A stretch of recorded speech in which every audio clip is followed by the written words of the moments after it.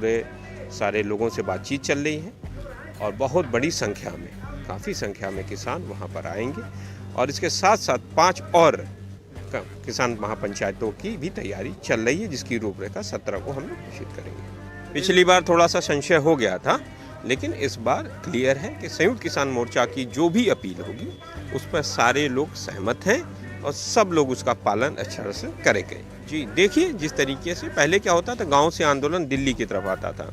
अब जो आंदोलन है दिल्ली में तो आया ही है, अभी आंदोलन गांव की तरफ बढ़ गया है। जैसे आप देख रहे हैं, तमाम किसान पंचायतें लगातार हो रही हैं। शामली में हुई, मुजफ्फरनगर में हुई, मथुरा में हुई, दौसा में हुई, जिंद में हुई, महम में हुई, रोहतक में हुई, बहादुरगढ़ में हुई।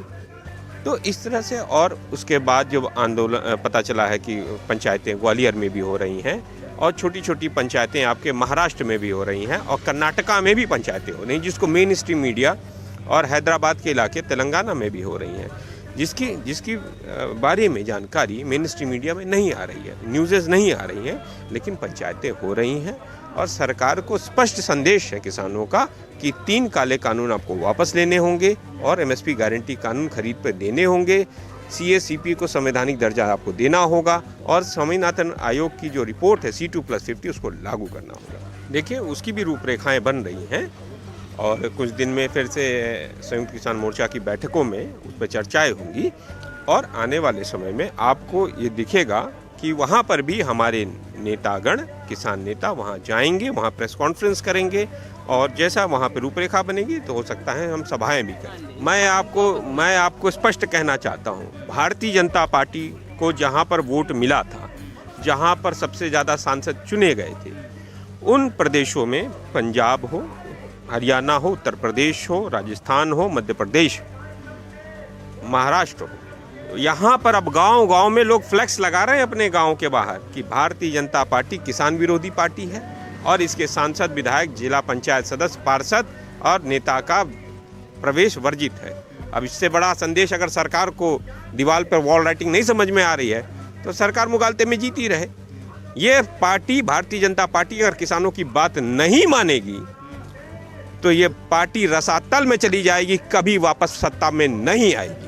सर, आप कह रहे हैं रसातल में चली जाएगी, लेकिन ऐसा लग रहा है कि बंगाल का जो चुनाव है तो लग रहा पूरे मूड में कि जीतने वाले हैं। मैं क्या कह रहा हूँ, मुगालते में तो कोई भी जीत सकता है, मुगालते में जीने दीजिए उन्हें, ग्राउंड उनका साफ हो चुका है। देखो, भाषा का बैरियर कुछ नहीं, आंदोलन में तमाम तरह की भाषाएं होती हैं और बंगाल से भी लोग आए हैं, बंगाल से भी यहाँ पे लोग हैं, तो अपनी भाषाओं में बोलेंगे, उसमें कोई दिक्कत नहीं है। आदमी जब यहाँ पर आंदोलन कर रहा है दिल्ली में तो इसका प्रचार प्रसार हर जगह, हर भाषा में जा रहा है। क्या बांग्ला टीवी नहीं उसको प्रसारित कर रहा है? बांग्ला न्यूज़ चैनल्स भी प्रसारित कर रहे हैं, उड़िया न्यूज़ चैनल्स भी प्रसारित कर रहे हैं, आपके मलयालम न्यूज़ चैनल भी प्रसारित कर रहे हैं, आपके तमिल न्यूज़ चैनल भी प्रसारित कर रहे हैं, आपके कन्नड़ न्यूज़ चैनल्स भी प्रसारित, मराठी न्यूज़ चैनल्स भी प्रसारित कर रहे हैं।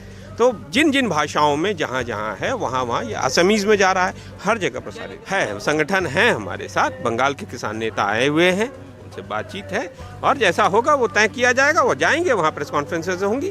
क्या लगता नहीं कि वहाँ पे महापंचायत जैसा कुछ गठन करना? अब जैसा वहाँ पे रूपरेखा बनेगी किया जाएगा। अब वो कंगना रनावत जी और मोदी जी का ये मसला है, उन दोनों लोगों का आंदोलनिक मसला है, व्यक्तिगत मसला है। वो क्या भाषा उन लोगों का है, आपसी बातचीत संवाद क्या है, वो जाने। और हम उस ट्वीट पे बहुत ज़्यादा बयानबाजी करना हमारा कोई मकसद नहीं है। हमारा मकसद एक ही है, 3 काले कानून सरकार वापस ले, एमएसपी पे गारंटी कानून दे, सीएसीपी को संवैधानिक दर्जा दे और स्वामीनाथन आयोग की C2+50 की रिपोर्ट को लागू करे। सरकार अंदर से हिली हुई है, डरी हुई है। अगर डरती और हिलती नहीं तो आपने राष्ट्रपति जी का जो अभिभाषण है उस पर किसान केंद्र बिंदु में, पहली बार इस आंदोलन की जीत क्या है कि केंद्र बिंदु में अभिभाषण में किसान है, चर्चा परिचर्चा किसान पर हो रही है। अभी हमने देखा कि मौन रखा विपक्षी दल के नेताओं ने, हंगामा भी हुआ, हंगामा किया भारतीय जनता पार्टी के लोगों ने। तो इसका अर्थ है कि उनके दिलों में किसानों के लिए कोई दर्द नहीं है। इसलिए उनको मैं कहना चाहता हूं कि किसानों के दर्द को समझो, और अगर दर्द नहीं समझोगे तो कहां पहुंचोगे? इसी उंगली की ताकत से आए हो, इसी उंगली की ताकत से वापस चले जाओ। मैंने बताया है आपको, मैंने पहले ही बताया कि 14 तारीख को संयुक्त किसान मोर्चा की अपील है कि 14 तारीख को हम पुलवामा में हुए शहीदों को हम यहाँ पे श्रद्धांजलि देंगे। पूरे देश भर में कैंडल मार्च निकालेंगे, मशाल जुलूसें निकालेंगे और उसके साथ साथ 16 तारीख को हम सर छोटू राम का जयंती मनाएंगे, 18 तारीख को रेल चक्का जाम ये करेंगे। आपका पूरा शेड्यूल बना हुआ है। ये शेड्यूल बना हुआ है संयुक्त किसान मोर्चा का। आगे का प्रोग्राम अगली बैठकों के बाद बातचीत के बाद। अभी इस संयुक्त किसान मोर्चा ने एक घोषणा की है कि जब तक कानून वापसी नहीं होगी तब तक घर वापसी नहीं होगी। संयुक्त किसान मोर्चा का एक ही लाइन है कि जब तक बिल वापसी नहीं तब तक घर वापसी नहीं, जब तक एमएसपी गारंटी कानून नहीं तब तक घर वापसी नहीं। अब उसके बिटवीन द लाइंस आप पढ़ते रहिए, क्या लगता है? उसकी व्याख्या आप करिए। तो हमारे चैनल के माध्यम से हम क्या कहना चाहेंगे? हम वही कहेंगे 3 काले कानून वापस करो, एमएसपी गारंटी कानून दो, सीएसीपी को संवैधानिक दर्जा दो और